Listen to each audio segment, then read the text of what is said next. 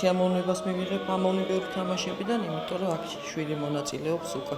ეს ისტორიაში პირველად ხდება საერთოდ და ისიც ქართველებმა შევძელით.